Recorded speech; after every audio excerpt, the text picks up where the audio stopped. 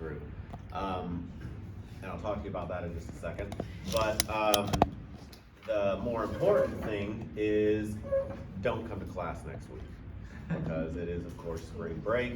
And so hopefully we can all get a little R&R and come back recharged for the final stretch of the semester the week following. So you do have your next synthesis that'll be due on the Monday we come back. So that'll be the carboxylic acids and derivatives synthesis. And then that following Wednesday, 2 weeks from today, you'll have your Unit 3 exam, okay? Any questions about the scheduling? Okay, if not, then why don't we go ahead and pick up where we left off. Actually, I do have kind of a small question. Yeah, go ahead. About the research project that's going to come up at the end of the semester. Is there any sort of resources we can look at to kind of get a head start on picking the papers? Yeah, I have some papers on Canvas that I don't know, I think they might be hidden currently, but I can open those up. Oh, is it individual or Mhm. is it, individual? Yep. Please tell me we don't have to present it. No. Okay, thank God. I just see that sneaking up on us. I would cringe. Okay, so there we are. So last time we finished, we were talking about the reactivity of these derivatives, and they vary widely in their reactivity. Some will react explosively to contact with water, where others you can boil in water for extended periods of time and nothing happens. So it's a very, very wide spectrum of reactivity. And what I'd like to do now before we jump into the reactions is look at what factors affect the reactivity of these derivatives. And so we already talked about one, and that was the inductive effect.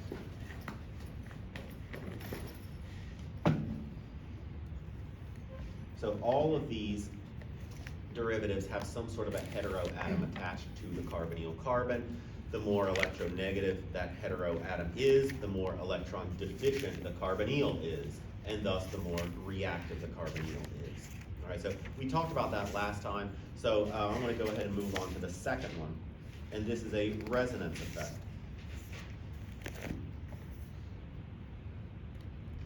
So if you're thinking about the carboxylic acid derivatives, think about the different resonance forms we have for them.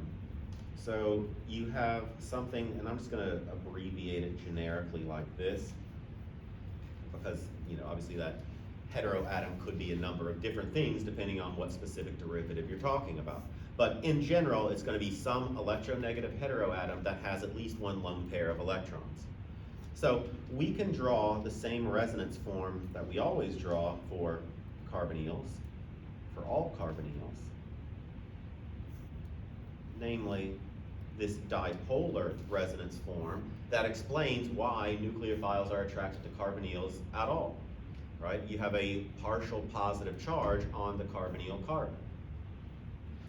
Now, with the derivatives, because you have a lone pair atom connected to the carbonyl, there is a third resonance form. And that resonance form is going to look like this.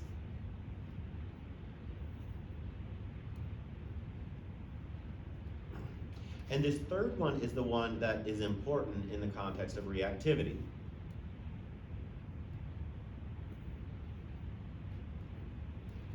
It renders the carbonyl non-reactive. Remember, the whole reason the carbonyl is susceptible to nucleophilic attack at all is because it has a partial positive charge. This resonance form shuts off that positive charge of the carbonyl. And so the more contributing this resonance form is, the less reactive the carbonyl is. Right?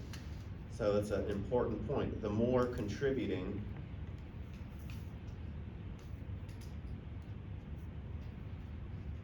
these Roman numerals maybe. The more contributing resonance form 3 is, the less reactive the derivative.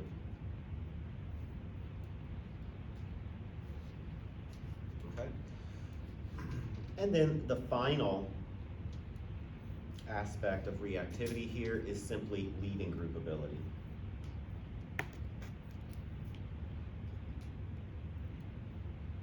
So if you think about the mechanism that we talked about last time, that nucleophilic substitution, in all of those mechanisms, the X group, as I keep denoting it, is going to have to leave, right? So for instance, well, maybe I'll just put this in the notes and then we'll look at an example. So the better leaving group that X is, the more reactive the derivative.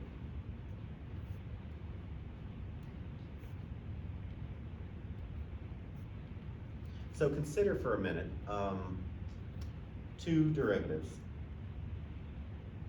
Acid chloride as compared to an amide. Think about what the leaving group in each would be. The leaving group for an acid chloride is just chloride. That is a very good leaving group. You've seen that for a very, very long time now, but chlorides are excellent leaving groups. What would be the leaving group for the amide? Well, that would be NH2 minus. A very strong base and an awful leaving group. So you would expect, on the basis of leaving group alone, that the acid chloride with its good leaving group would be a much more reactive derivative in a nucleophilic substitution, since the X group, as I keep calling it, has to act as a leaving group. All right? So between those three factors, it will allow us to kind of rationalize the order of reactivity that we see within these derivatives. All right? So let's just go ahead and jump into them. So we'll start at the top and work our way down. The good thing is, I think it's a good thing, because we're starting at the most reactive, you're going to have the most reactions for the halides. You know, as we start working our way down the group to less and less reactive derivatives, you get to fewer and fewer reactions. So that's something to look forward to, maybe. The other thing that I will say is you're going to look at a lot of reactions today, and it might seem a little daunting at first, but if you can keep things in perspective, I think you'll start to see that it's really not so bad. Because all of these go by the exact same mechanism, namely that nucleophilic substitution. So if you can think of it from that perspective, you're going to see a lot of reactions, but they're all nearly identical. Okay, they all go by that fundamental nucleophilic substitution mechanism. And so if you can think of it through that lens, it's really not that bad. It's a lot of reactions, but they're all the same. Okay? So let's start with the acid halides. Professor, for Yeah. number 2 resonances, like you said, the more contributing the third resonance, Mhm. is that just like if it's more present, or? Yeah, so remember, some resonance forms are better than others. And so if that number 3 resonance form is a really good resonance form, it would be highly contributing, that's going to be bad for reactivity. And I'll show you some examples of what that's going to look like here as we go through it. Okay, so let's first look, when we talk about the acid halides, obviously what that refers to is a carbonyl that is attached to some halogen. Most commonly, you're going to see acid chlorides. Occasionally you might see an acid bromide, but the acid chlorides are by far the most common of this group. And to make them, you already know how to synthesize these. You simply take a carboxylic acid and treat it with thionyl chloride. And we already saw the mechanism of this back when we were doing reactions of carboxylic acids. Okay, so let's look at the reactivity thing here. So in terms of reactivity,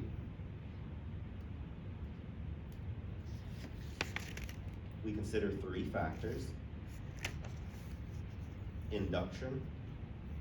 Well, if you're talking about an acid chloride, chlorine is a significantly electronegative atom. Okay, and as a result, this carbonyl carbon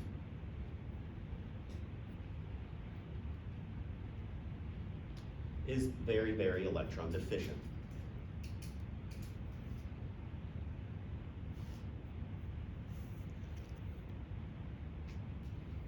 Okay? So that's one thing. The next one was the resonance argument.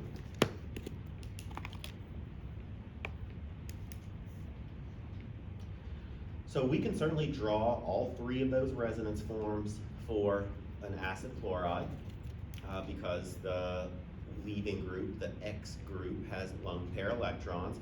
So I'm not going to go through and draw them all because the one that we're mainly interested in is that third one that looks like this. Well, it turns out that this resonance form is really not that good. It is not terribly contributing.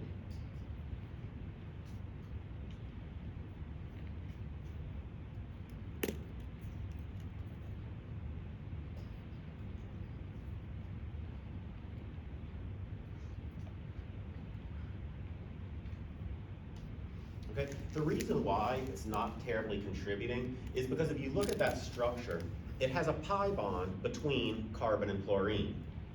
And as you know, if you're going to make a pi bond, you need the good overlap of p atomic orbitals. Well, and I think we've talked about this before. If you're going to have effective overlap between p atomic orbitals, the orbitals have to be of very similar size. There's a large size difference between carbon and chlorine. And as a result, that p atomic orbital overlap is not very good. And so what that results in is this resonance form being not highly contributing. Right? And remember what we said, that the more contributing this form is, the more non-reactive it is. Okay? The fact that you don't have a lot of this makes that carbonyl carbon much more susceptible to nucleophilic attack. Okay? And then lastly is the leaving group ability. The leaving group here is chloride. That is a very good leaving group.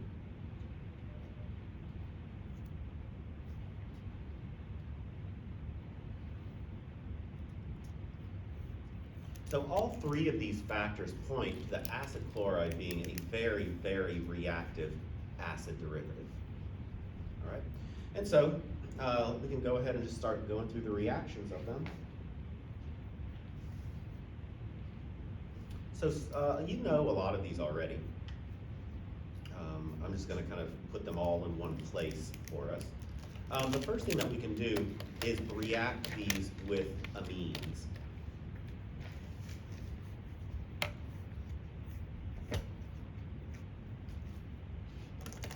So if you take a acid chloride and you react it with an amine, you do need some sort of a base here. As you'll see, a lot of times people will use pyridine in these reactions. Alternatively, the amine itself is a base as well, so you could feasibly use two equivalents of the amine. But you do need the amine nucleophile, and you need some base present, as you'll see in just a second. But in any case, because the acid chloride is so reactive, you don't need a catalyst here. What's going to happen is the nucleophile can attack straight away.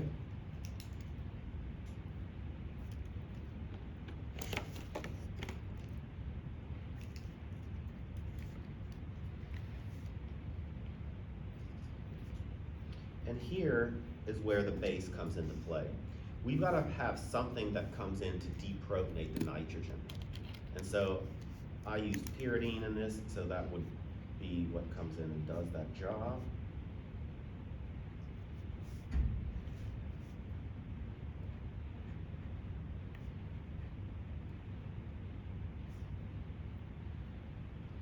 And in the second step of the mechanism, as we saw in that very generalized mechanism that I gave you last time, the second part of the mechanism is you reform the carbonyl and kick out the leaving group. And we just happen to have a really good leaving group. And so what we make in the end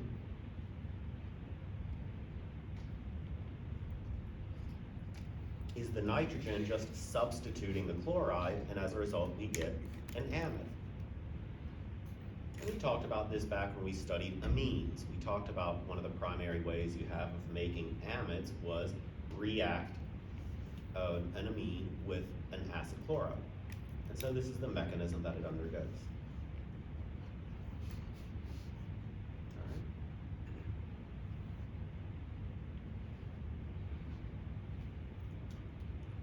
So the next one I'll show you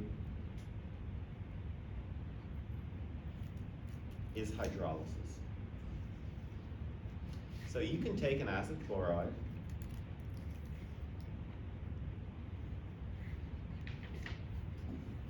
and if it gets near water, the mechanism is going to be the exact same. The water is going to come in and do its nucleophilic attack.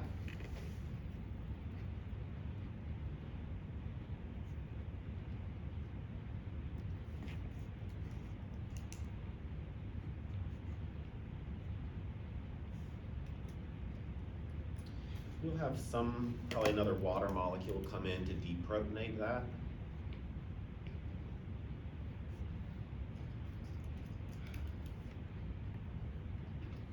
And then we do the same step 2 of the mechanism that we always do, which is reform the carbonyl and kick out the leaving group.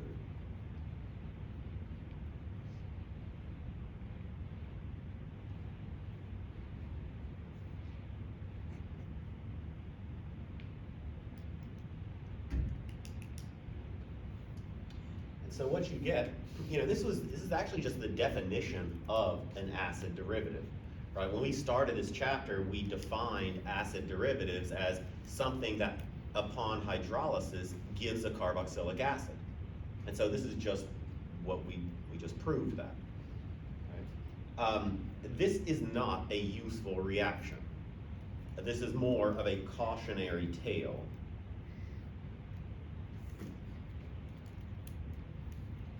Okay? Because if you think about it, well, how did you make the acid chloride to begin with?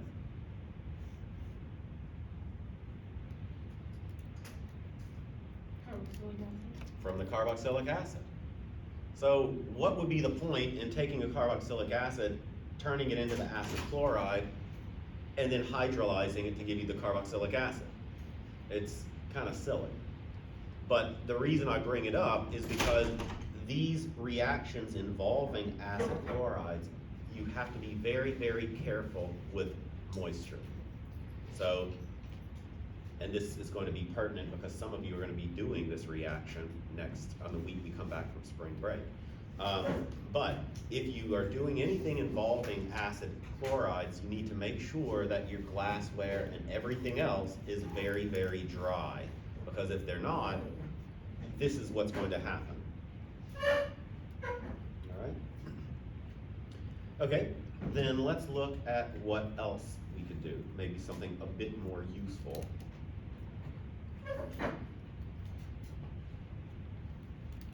We can treat them with alcohols.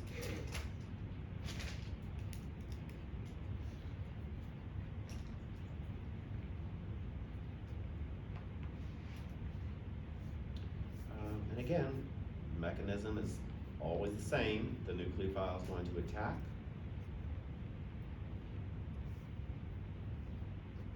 Giving a tetrahedral intermediate.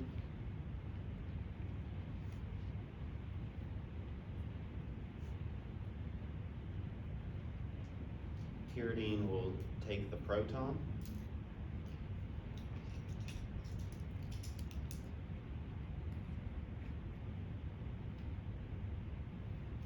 And then the second step, reform the carbonyl and kick out the leaving group.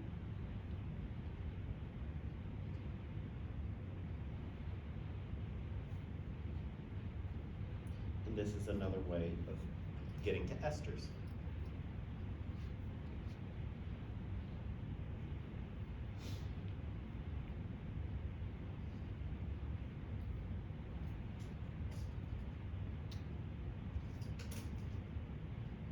So the next one, I want to see if you can figure it out. So this next one is using the acid chloride electrophile, and the nucleophile we'll throw in here is a Grignard reagent. So see what you can do with this. We have our acid chloride, and in this case, let's just do methyl Grignard.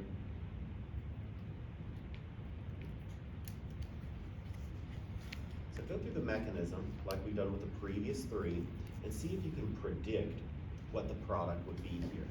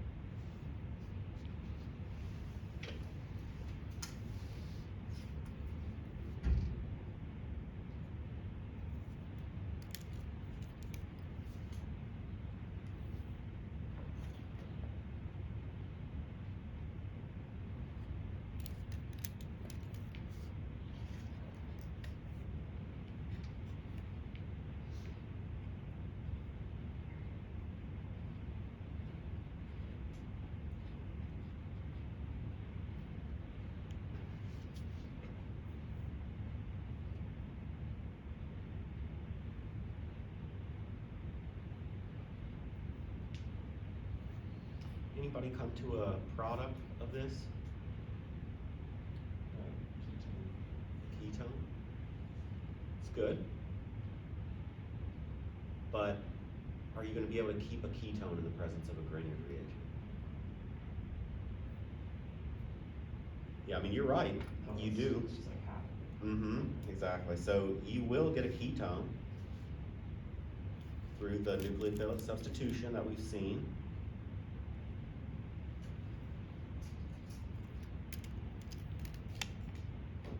So there's my ketone. But can you really isolate a ketone under Grignard reaction conditions? No. I mean, think about every time we've done a Grignard so far this semester, it's always been adding them to aldehydes and ketones. So there's no way you're going to be able to isolate a Grignard, a ketone in the presence of a Grignard, because it's just going to react again.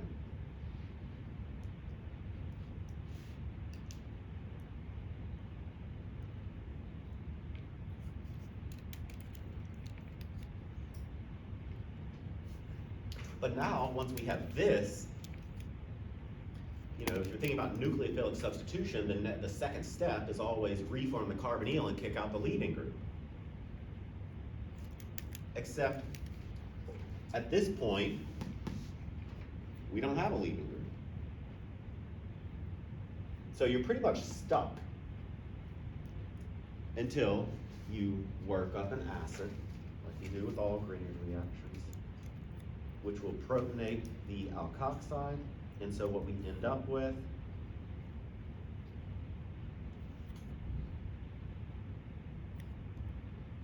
is the tertiary alcohol.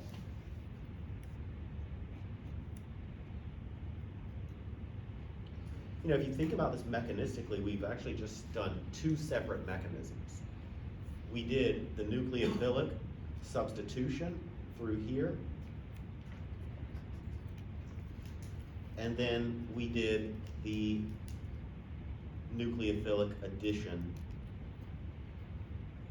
through there. Right, the second part of this mechanism that I kind of highlighted in green over here is nothing new. I mean, we've been doing that chemistry since the start of Unit 2. Right, that's just nucleophilic addition, adding a nucleophile to an aldehyde or a ketone. And so whenever you're trying to do Grignard reactions with these acid halides, you're always going to use an excess of a nucleophile because it has to happen twice. Any questions on that? What happens if you control like the amount of halide? If you don't do twice the amount, what do you like? You just get a mixture. You'll get half of the alcohol and half unreacted starting material. Yeah. Okay, so there is, as it turns out, a way you can stop at the ketone if you want to. And I don't know, you may have learned this in Chem 420 and you may not have. Sometimes they teach it in 420, sometimes they don't. But it's what's known as an organocuprate. So this is just another organometallic reaction. So the Grignard reactions are organometallic because they involve organic and alkyl component with a metal, magnesium. Organocuprates are also organometallic because they're going to contain an alkyl component, and this time the metal is going to be copper. So what they look like is something like this.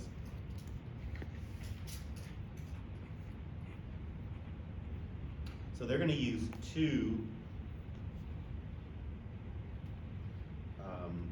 units of the alkyl group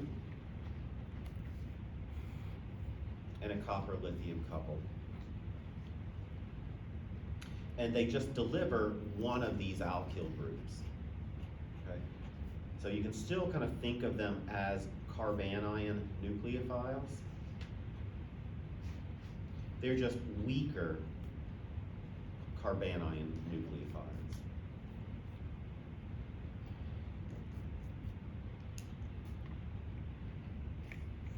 So they will attack and undergo the nucleophilic substitution to give you the ketone, but the organocuprate is not strong enough to attack the ketone and give you the tertiary alcohol.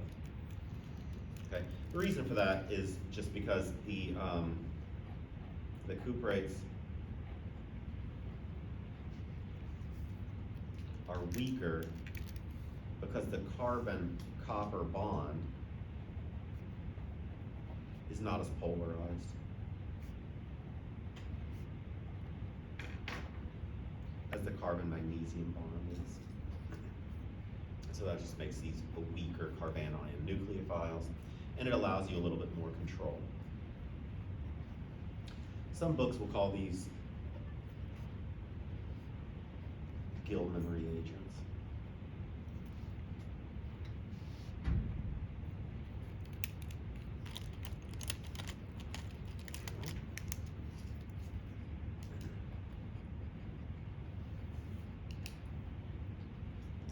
Okay, the last reaction of the acid halides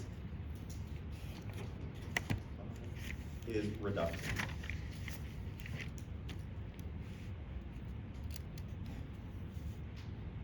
So you can take an acid chloride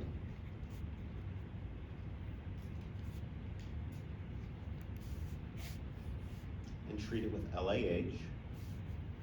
That's going to behave as an H minus.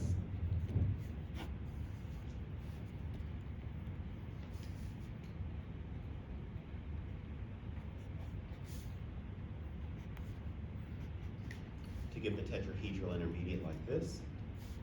And then in the second step, as always, reform the carbonyl and kick out the leaving group.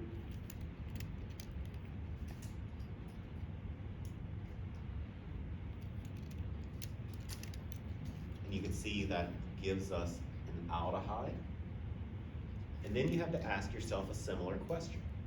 Are you really going to be able to isolate an aldehyde in the presence of LAH?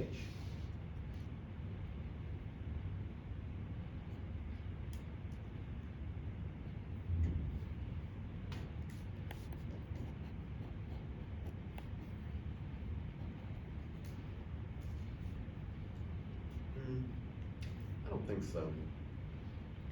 We've seen aldehydes and ketones with LAH for a long time now. You cannot isolate an aldehyde in the presence of lithium aluminum hydride. So this is just going to happen a second time, just like the Grignard did.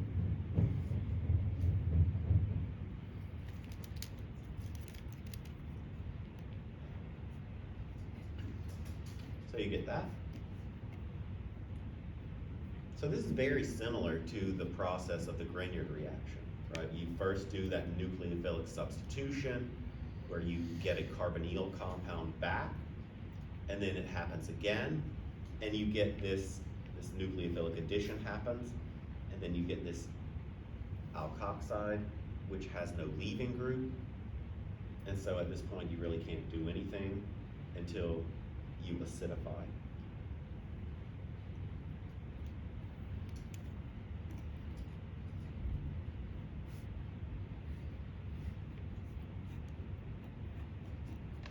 And so we end up isolating a primary alcohol.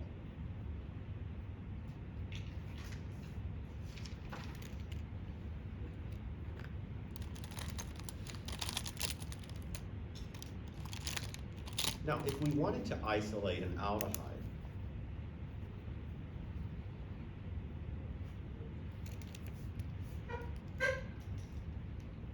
do we have a way of doing that?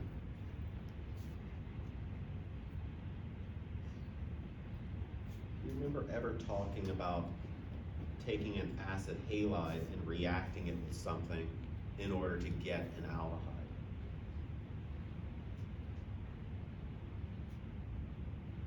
I think we talked about it fairly recently.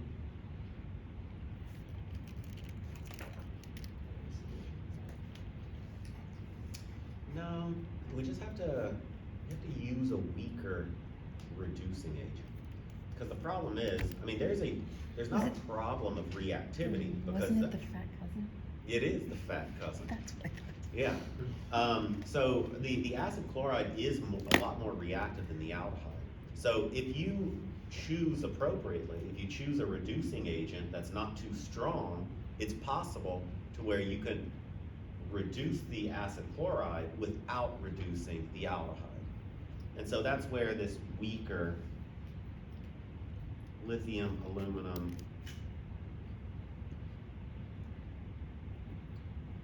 triterbutoxyhydride comes in.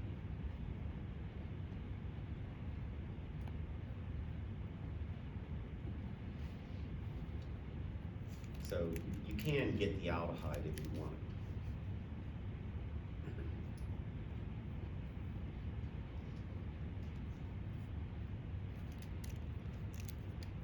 All right, so that is all the reactions for the acid halides. So let's move on to the acid anhydrides.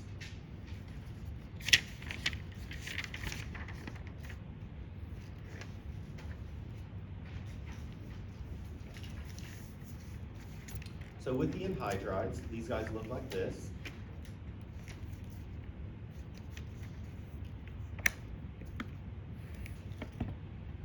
In terms of their synthesis, there's a couple ways we could think about doing it.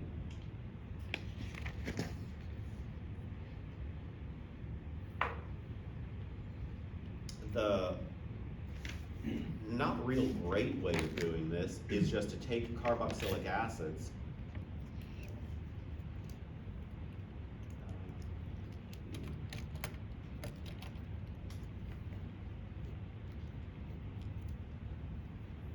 And with acid catalysts, just heat the crap out of them. Because this will undergo a reaction to where you make the acid anhydride with the loss of water. And that's where their name actually comes from, right? Anhydride means the without water. But this is not a great way of doing it. It's hard to do, it requires lengthy reaction times, a lot of heat. And then also, imagine for a minute though, if you wanted to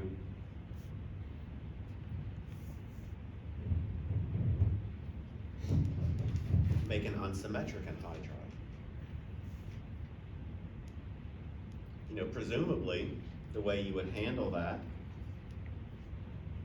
is you would just combine two carboxylic acids, namely acetic acid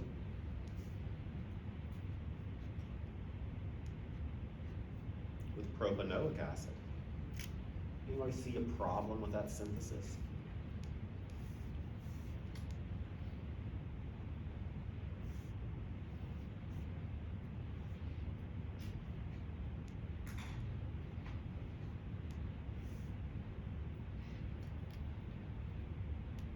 Would we make the unsymmetric anhydride by combining those two? Maybe, but I think you'd get some symmetric ones too of the. Exactly. Yeah. I mean, you would make some of this, but you'd also make the symmetric 2-carbon and the symmetric 3-carbon. And so you get a mixture of 3 different products. That's not really a recipe for success. So a better way of doing this, just all the way around, is using acid chlorides.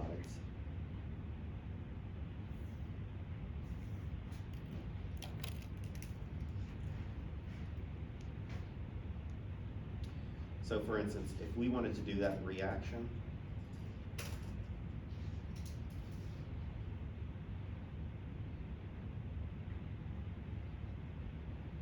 we could combine the carboxylic acid with an acid chloride.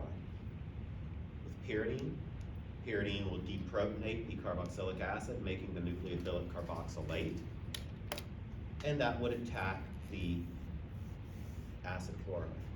See, in this case, this is quite different from the previous one because you have a designated nucleophile and a designated electrophile. There is only one way this reaction can occur. And this would give you that unsymmetric anhydride. So this is the way, if you're trying to make an anhydride, this is the way that it's typically done. Even if it's symmetric. Mm-hmm. Yeah, it's just a lot easier this way.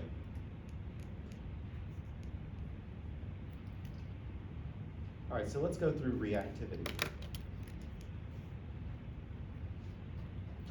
These are also very reactive functional groups. The acid derivatives are quite reactive. They're they're a little bit less reactive than the acid chlorides, but not much. They're still very, very reactive. So let's do the normal 3 factors. Induction. So basically whenever we're considering the acid chloride versus the acid anhydride, we're really looking at the difference between the heteroatom. Well, chlorine and oxygen are both highly electronegative atoms. So they are resulting, both of them give very electron deficient carbonyls. All right? So there's not a real big difference in terms of the induction factor. All right, what about the resonance factor? Again, when we're looking at that, what we're really concerned with is that 3rd resonance form.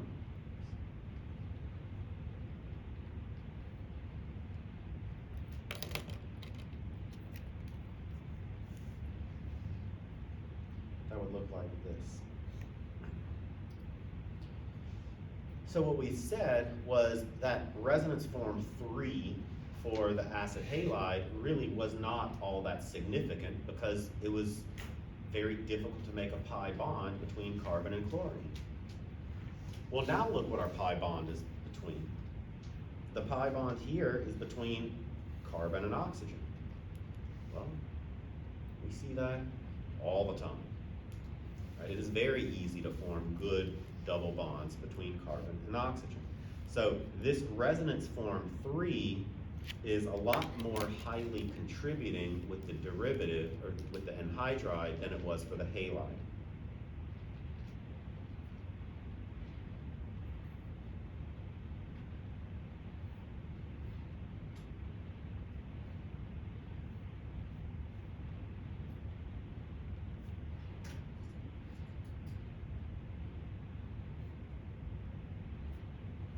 All right, and as a result, the acid anhydrides are less reactive than the acid halides were.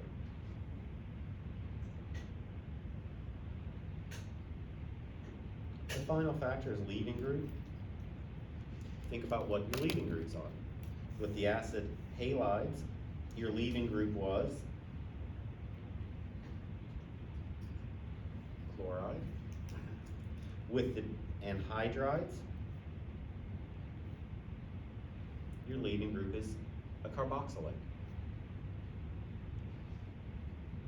So carboxylates are decent leaving groups, but they're not as good as a halide.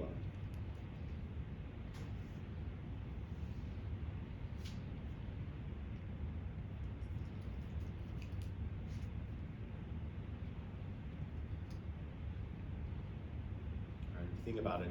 A carboxylate is a stronger base than a chloride. A stronger base, bad leaving group.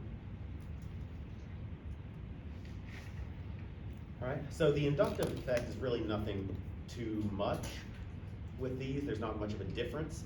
However, the resonance effect and the leaving group effect contribute to making the anhydride less reactive than the halide.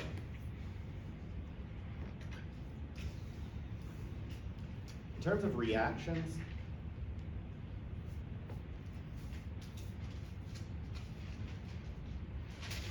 I'm just going to write C above. Because every single reaction that we did for the acid chloride can be done with the anhydride.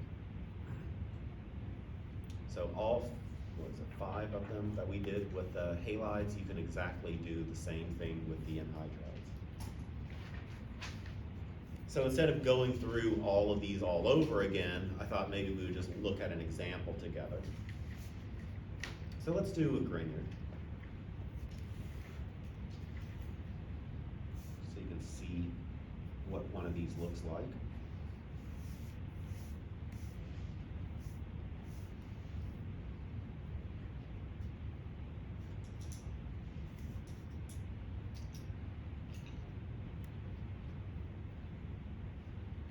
All right, so we're going to use ethyl Grignard here.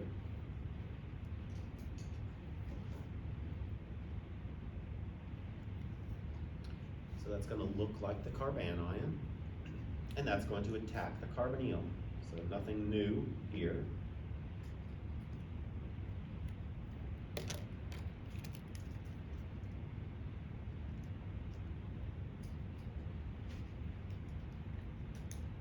So we get that initially. In the second step, we reform the carbonyl and kick out the leaving group.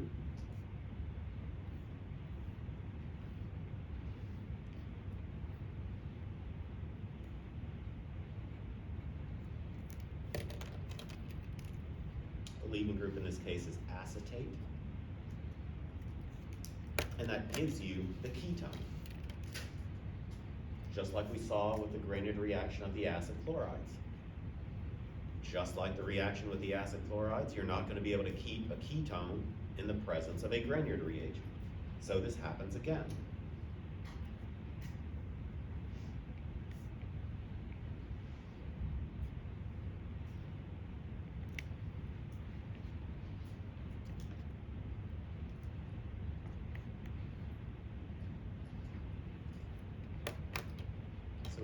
that. And then upon acid workup, you protonate the alkoxide.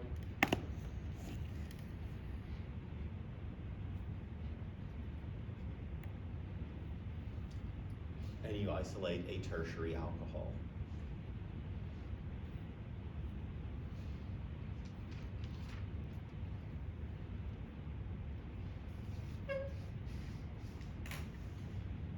Professor, what about if the anhydride was unsymmetrical? Yeah, that's a good question. If it was unsymmetric, you would end up getting mixtures of products, which is why nobody ever uses unsymmetric anhydrides. I mean, you'll see them in nature, but in terms of use in synthesis, nobody ever uses unsymmetric anhydrides because you're using them as an electrophile. You want some nucleophile to come in to attack it. And if you use an unsymmetric anhydride, you're gonna get attacked, the nucleophile is gonna attack both sides, and it's gonna give you different products. You'll get a mixture of products that way. And so just, and from a synthetic standpoint, it doesn't make sense to use an unsymmetric anhydride.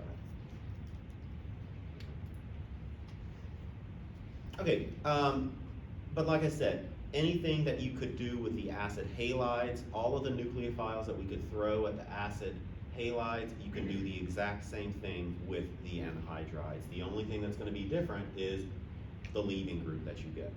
Instead of a chloride leaving group, the leaving group is a carboxylate. The products are all the same. Okay? Any questions on that? What about the one that's, didn't get attacked by the ringer? Oh, the leaving group here, the carboxylate, it would just be present as carboxylate, and then presumably when you did the workup, it would just end up in the aqueous layer. Oh, Yeah, it would just get washed away. Do you add more hydrogens on to get the OH from the actual product, or Mhm. any hydrogens affect that?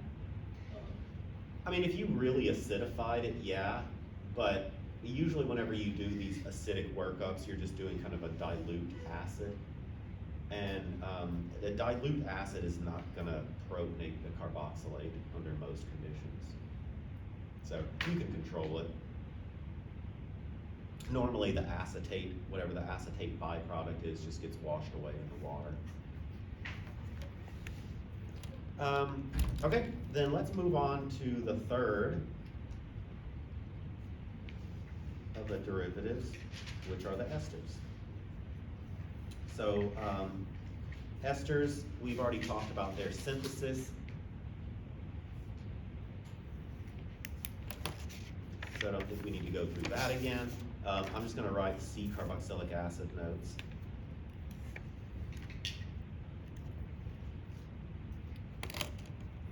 We talked about a couple ways of doing that there. Using a carboxylate to attack an alkyl halide through SN2 chemistry. The primary way you do this though is through Fischer esterification. All right. But we've already pretty much been over that. In terms of their reactivity,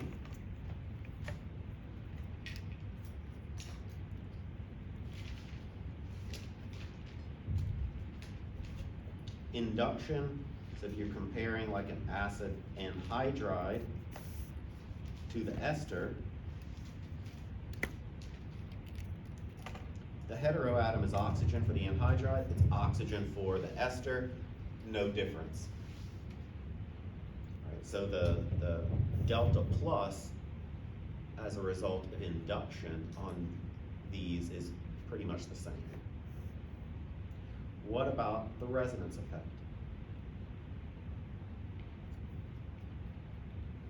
So again, we're concerned with that third resonance form, which for an ester would look like that.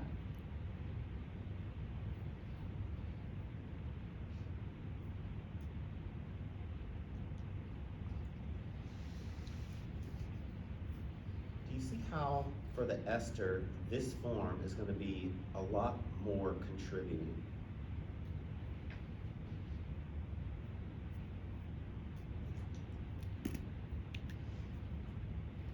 paired with the anhydride.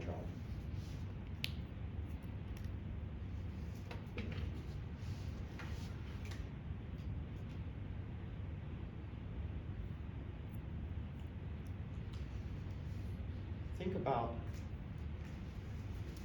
these two forms. What we're looking at is one of the oxygen lone pairs being pushed into the carbonyl. Oxygen lone pair being pushed into the carbonyl. With the anhydride, the oxygen lone pair is flanked on both sides by carbonyls. So it can be delocalized that way, it can be delocalized that way. For the ester, there's only one way it can go. It has to get pushed into that carbonyl. So you can almost think of the anhydride, because it's got two carbonyls flanking that heteroatom, that the electron density is kind of split in half. Whereas this heteroatom, all of the electron density is being pushed into the carbonyl. So that makes this resonance form for the ester a lot more highly contributing, because there's only one place it can go. And then finally, for the leaving group ability,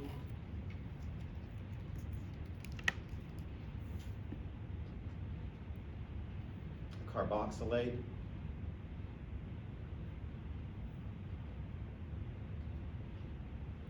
versus an alkoxide.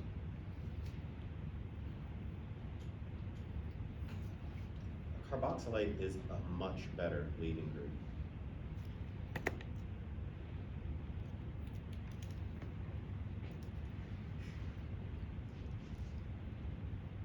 In fact, with the esters, unless you're dealing with a very, very strong nucleophile, you're going to see we're going to have to catalyze these to make them go. So let's have a look at some reactions.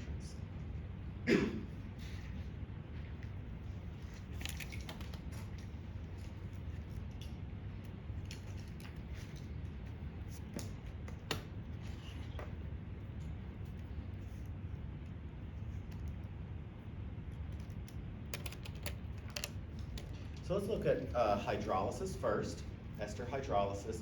As I mentioned, unless you're dealing with a very, very strong nucleophile, these reactions must be catalyzed. And so let's do this.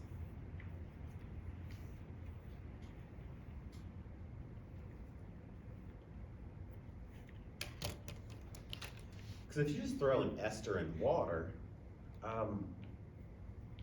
the ester carbonyl is not terribly electrophilic. Water is not terribly nucleophilic. So it's just going to sit there. So by putting acid in the mix, and you have to heat these as well,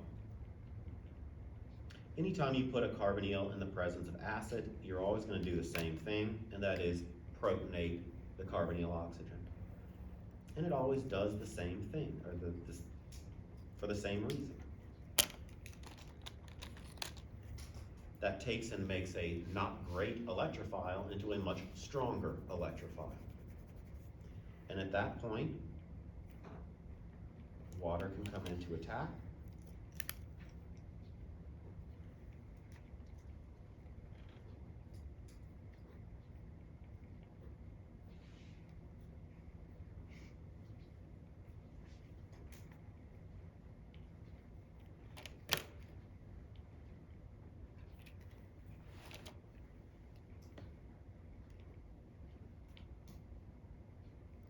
I'm just going to do a minus H plus step at that point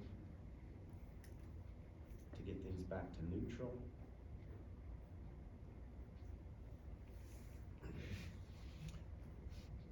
So now at this stage, remember, the definition of an acid derivative is it forms a carboxylic acid on hydrolysis. So basically, from here, we have to make a carboxylic acid. Which means, if you look at the structure, I've got too many oxygens. So I've got to lose one of these groups. and not just any random one. I've gotta lose this methoxy group.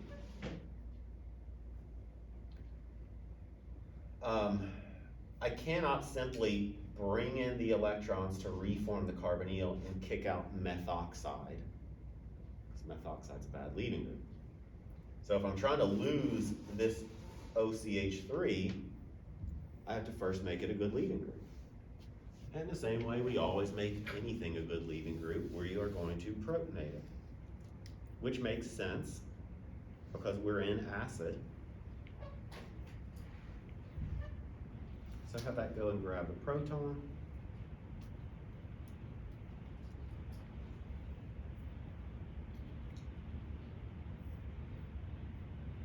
That makes a good leaving group. And then I'm just gonna bring the electrons down and kick it out. So the methoxy leaves as methanol.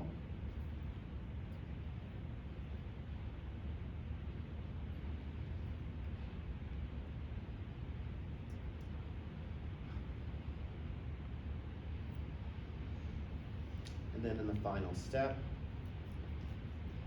a deprotonation.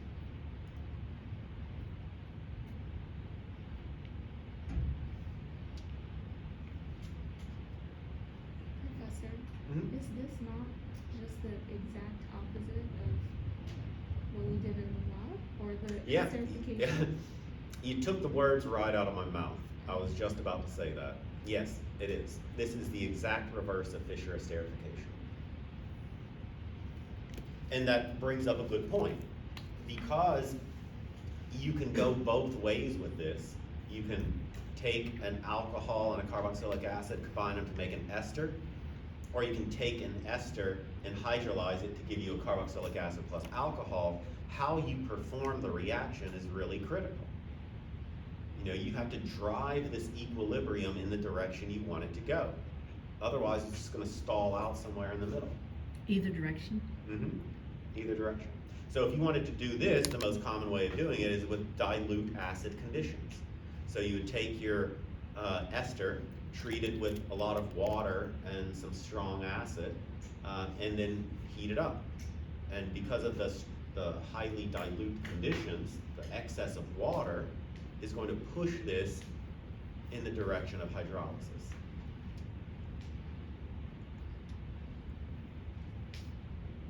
And you can see that we can do a little bookkeeping here. We used a proton there, we got back the proton there, we used the proton there, and got back the proton there.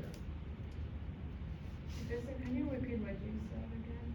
Yeah, you just have to, because all of these steps are perfectly reversible, you have to do the reaction in a way that's gonna push it in the direction you want it to go. And that's just all the Le Chatelier tricks. So if you want to make this go in the direction of hydrolysis, usually what you do is you use an excess of water. Because Le Chatelier would predict if you use an excess of a reactant, it's gonna push things in the direction of the product.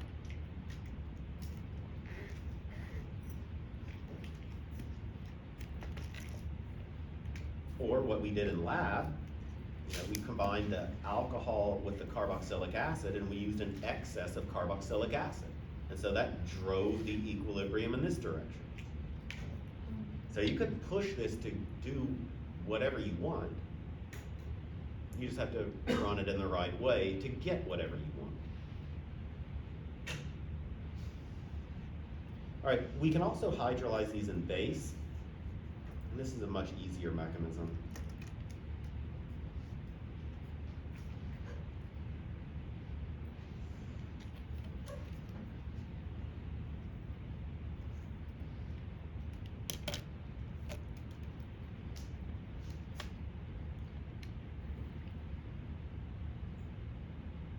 So we are given a choice between nucleophiles. You can use hydroxide or water. Hydroxide obviously being a stronger nucleophile. And so it's going to come in and attack straight away.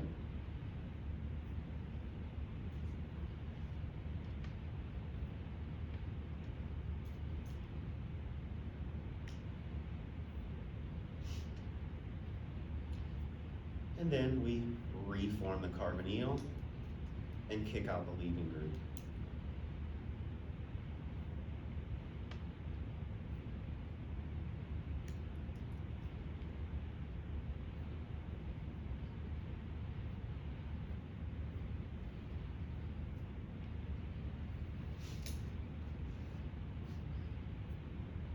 You know, what we did in the acid catalyzed mechanism was once we made the tetrahedral intermediate, we had the methoxy group go grab a proton.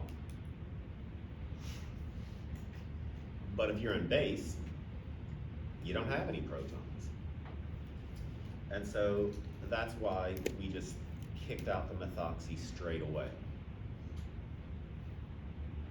Now, that should be a little bit questionable to you because you've heard all semester long and most of last semester that you can't have O- leaving groups, hydroxides, alkoxides, strong bases, bad leaving groups. And yet here we are. And what kind of saves this mechanism is in the nature of these two products. These two cannot coexist. They cannot coexist because you have a strong base and a relatively strong acid. So as soon as they form,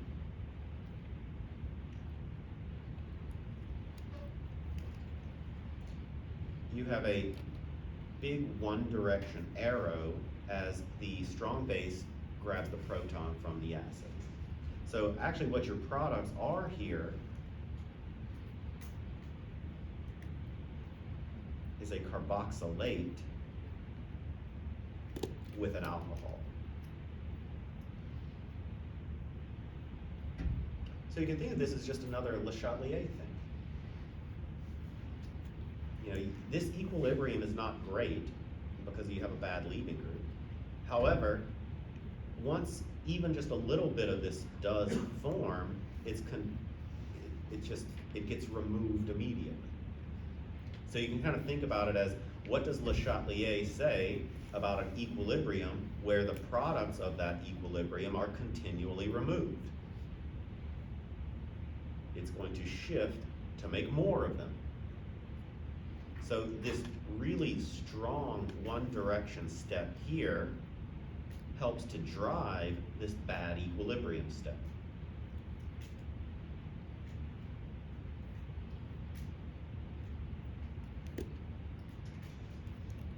You'll also note that this is not a catalytic process. We used base there, and we never got it back. So that's why I use the term base promoted and not base catalyzed. It is not a catalytic mechanism.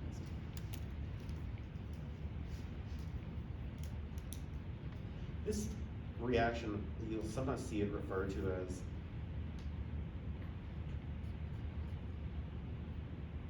saponification. It literally translates to soap making, because this is the way they used to make soap back in the old days. They would take animal fat, which is triglyceride. Triglyceride are just these big molecules that contain 3 esters.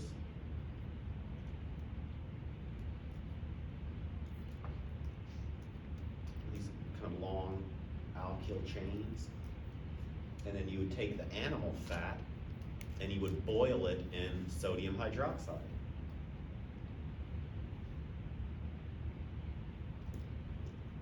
And what that would do is it would hydrolyze all 3 of the esters.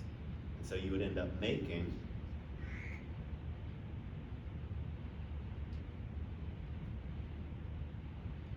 these sodium fatty acid carboxylate salts along with the alcohol part, which is called glycerol. But those fatty acid carboxylates are salt. Sorry, not salt, are soap. as you boil the animal fat, what ends up happening is you end up getting this kind of cake-like waxy stuff floating to the top. And then you would just pick up the cake, put it in some water to leach out the excess sodium hydroxide, and then there's your soap. Doesn't really smell that good in that form, but yeah, exactly. Throw some lavender in there. That's where your steam distillation comes into play. You can extract your essential oil to perfume the soap you just made from the lard. I don't know if that makes any feeling. You should have done thought experiment. Okay, any questions on the hydrolysis of the esters? Okay, so let's go ahead and look at the reduction.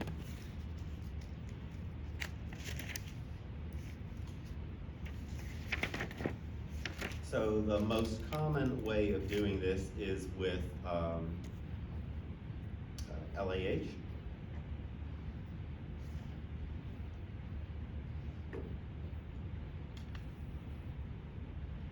So again, you can think of LAH as just H minus.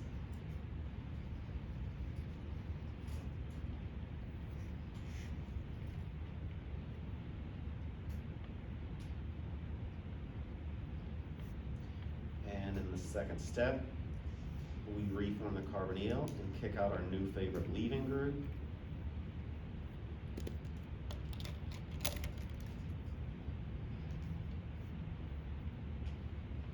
Which gives you the aldehyde, and as we've talked about before, there's no way you can isolate an aldehyde in the presence of LAH. So the process happens again.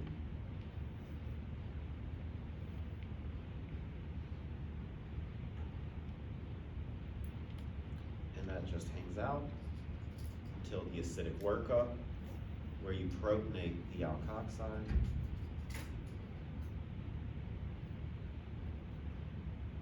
And ultimately get to the primary alcohol again.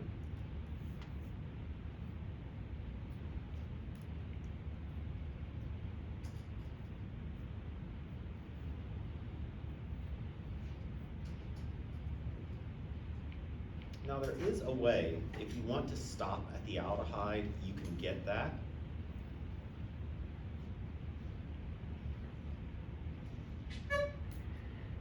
We just have to switch reducing agents. And the one that is used for this is another aluminum reagent.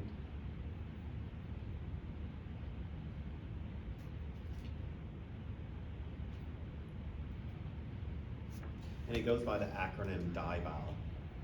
And I'll show you that in just a second, but it does allow you to isolate aldehydes. So DIBAL stands for diisobutyl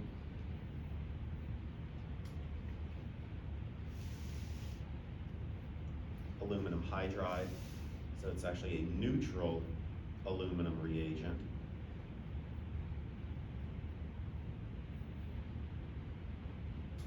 That looks like that.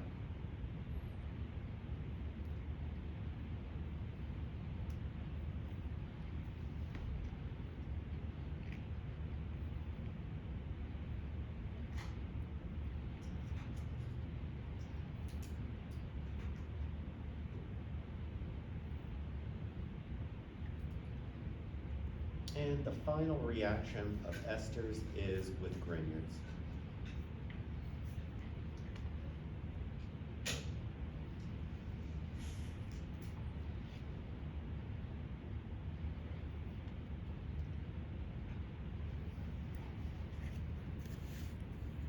And this mechanism is going to be very similar to the ones you've seen already.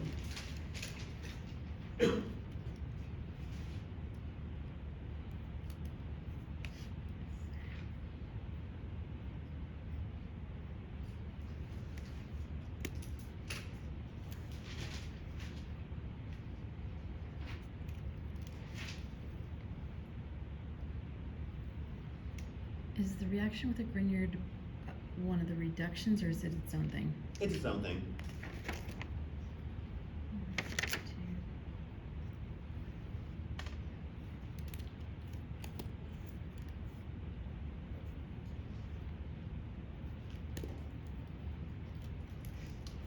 So the first step is the Grignard reagent attacks the carbonyl, like always. We reform the carbonyl and kick out the leaving group.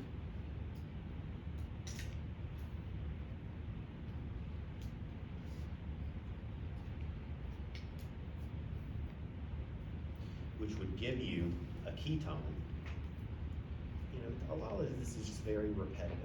The same way that we saw Grignards attacking acid halides, the Grignard attacking the anhydride, the exact same thing is happening as the Grignard attacks the ester. We go through the intermediacy of a ketone, which then gets attacked a second time.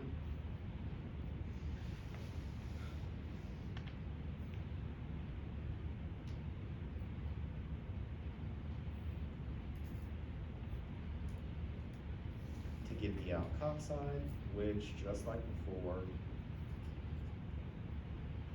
you protonate in the end.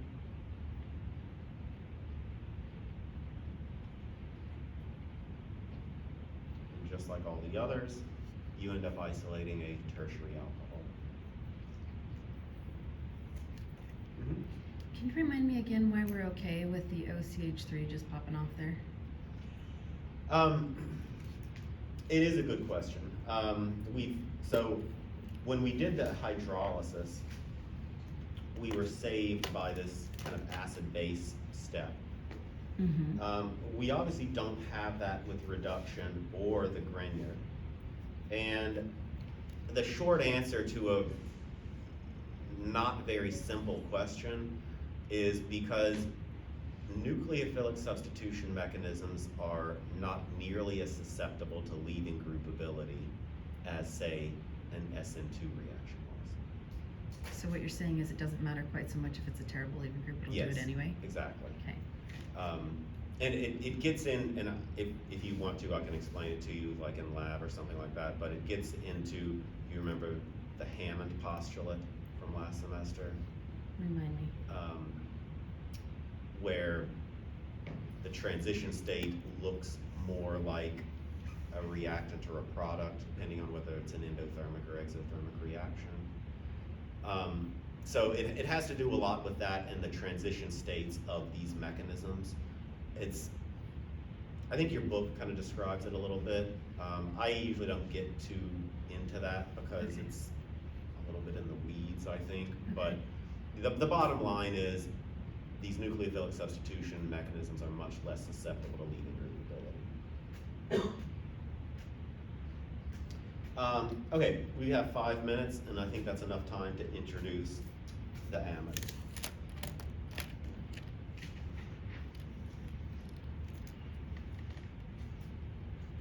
So when it comes to amides, we've already talked about their synthesis. So the most common way that we've seen so far is to take an acid chloride and react it with an amine.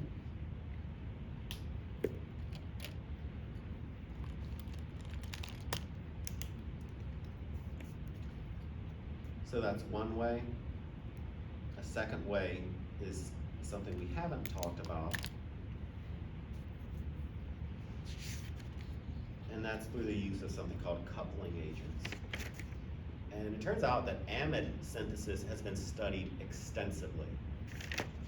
And the reason being is because if you think about it, all of your proteins are made up of amino acids connected through amide bonds. And so there's been a very intense interest by biotech and the pharmaceutical industry in making synthetic and natural proteins in the lab.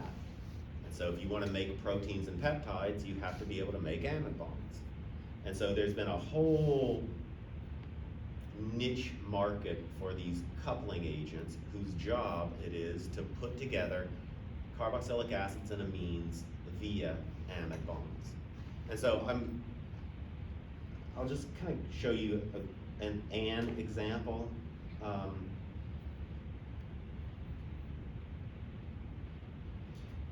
Some of the original ones were called carbodiimide coupling agents. They go by the acronyms DCC or DIC. And what that does is these reagents are just turning the OH group with the carboxylic acid into a good leaving group. So in the end, you kind of get the same thing as you did with the previous synthetic method. It's just under a lot milder conditions. By the way, the DCC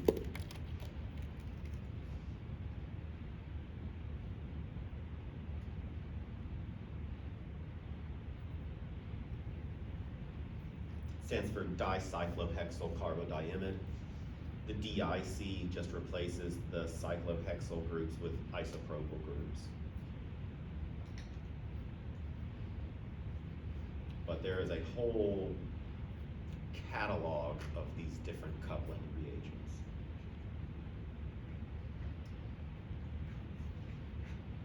So in terms of reactivity,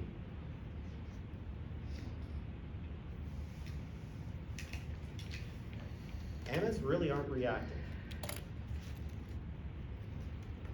You know, in terms of their induction,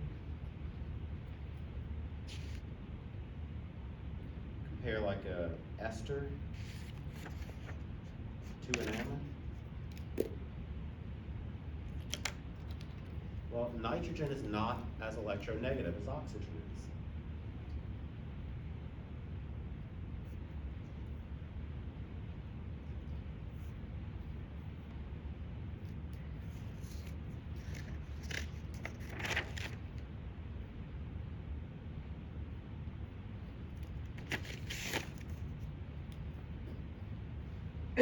Because the nitrogen is not as electronegative as oxygen is, the carbonyl of the amide is not quite as electron deficient as the carbonyl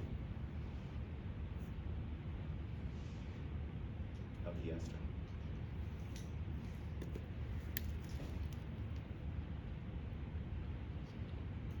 The second, the resonance.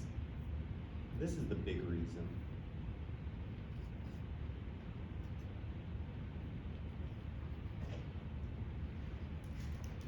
It turns out that this resonance form for an amide is highly, highly contributing. In fact, one of the common lab solvents that we'll use is called DMF, or dimethyl formamide. It looks like this. It's a great solvent because it dissolves basically everything. Its drawback, though, is that it has a boiling point of about 150 degrees. So when you use it, it's really hard to get rid of. But if I were to ask you, so the reason I bring that up is because if you use it and you take an NMR of your product after you've run a reaction in DMF, you almost always see it in the NMR spectrum. So if I were to ask you, how many signals do you expect to see in a proton NMR for DMF?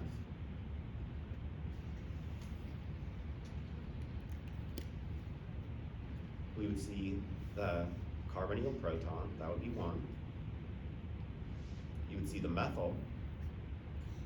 And most people, if you're just looking at that, would say, well, those methyls are equivalent. Except they're not. Because of the high contribution of this resonance form, it actually makes those methyl groups non-equivalent. There's a restriction of bond rotation there, which just goes to show you how highly contributing that resonance form is, that non-reactive resonance form is.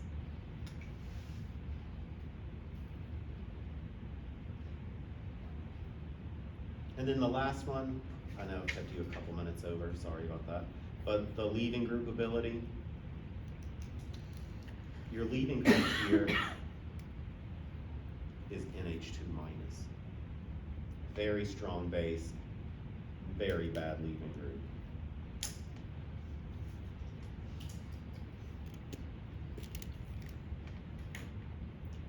So all of that taken together, AMEDs are really not reactive.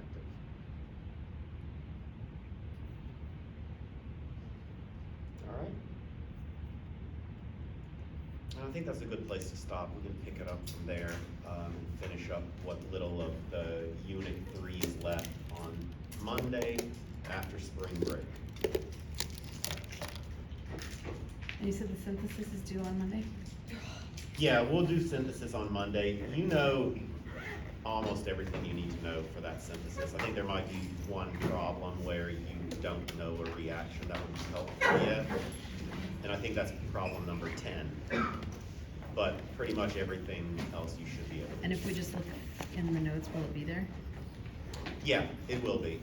It's one of the, it's a nitrile forming reaction. In fact, the one reaction you might need to know for the synthesis is problem 10. And the reaction that might be helpful for that is called dehydration of a primary amide. But I think that's the only reaction you don't know yet that you will need to know for one of those synthesis problems.